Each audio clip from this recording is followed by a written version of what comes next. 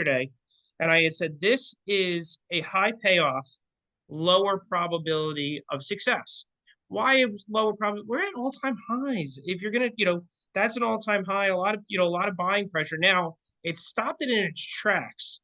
This zone, and there were some things there that told me like it's worth a shot, right? So price came in here, it stopped it, sent it back down in the overnight session, and it was a 4-to-1 trade, 3.5 to 1 on depending on what your goal was. I don't see why you would go for more than 3 to 1 on this. Obviously, there's good juice. Um, and then overnight we were recovered quite a bit. Oops, sorry about that.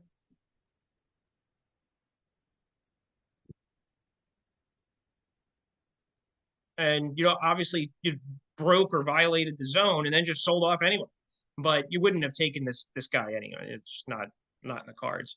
Then price sold off here, dropped quite a bit now, and it's cleared out any type of demand here. And there's we got to be looking a little bit lower to get long, and then I'll see if there's a potential short on the lower time frames here. Looks like I got something right in here, which would make sense.